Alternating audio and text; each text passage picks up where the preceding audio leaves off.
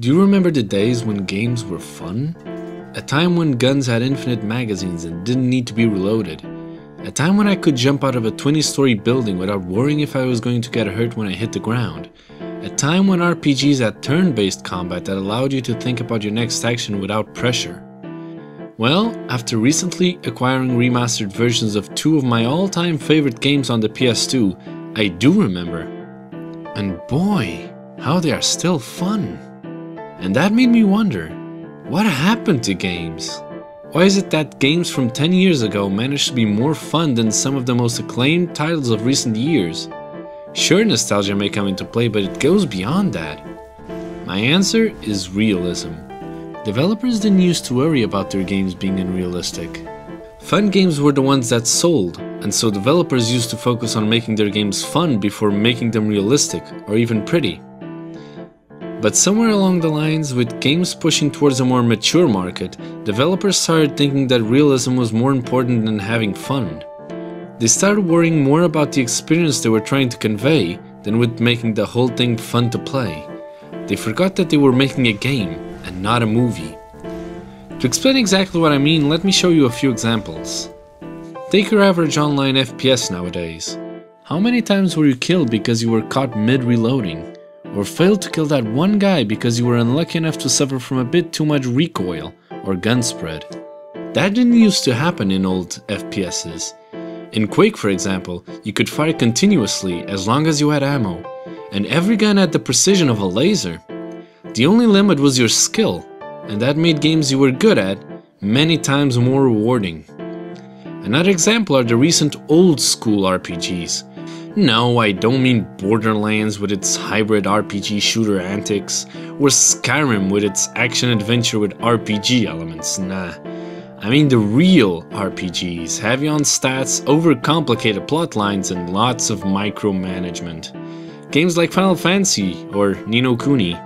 Nowadays, these RPGs always incorporate some kind of real-time system to their combats that forces you to be quick about your decisions, since the enemy doesn't pause for you to think.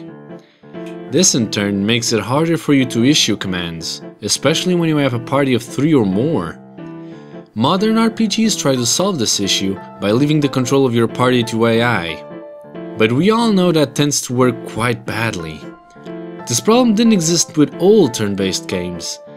The player had all the time in the world to issue commands and come up with a proper strategy, allowing for a deeper, more entertaining experience. But why does it happen? Well, the argument most used is that more realism equals more fun. A realistic game has a better chance of immersing the player in its world, make him feel like they truly belong there, and that should mean a better experience. And that is partially right. Graphics have also been improving along the years with the same claim. But there's a fundamental flaw in that argument. Before we had HD graphics and super realistic game worlds, games were already capable of immersing us in their realities.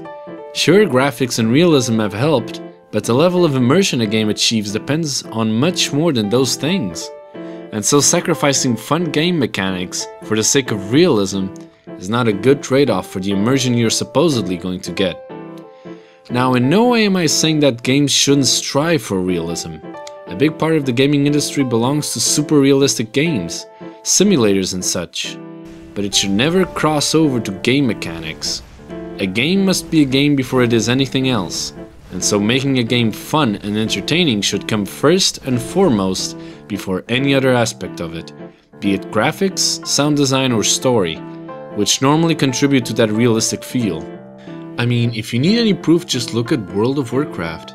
Compared to any of the latest MMORPGs that came into the scene, it looks increasingly old and unrealistic. And yet, because its mechanics are so well implemented, something Blizzard is well known for, it's still the most played MMORPG of all time. Anyway, I hope I got my point across. Thank you for watching this video. Any comments or suggestions, write them in the comments. Leave a like to help me out and subscribe for future videos.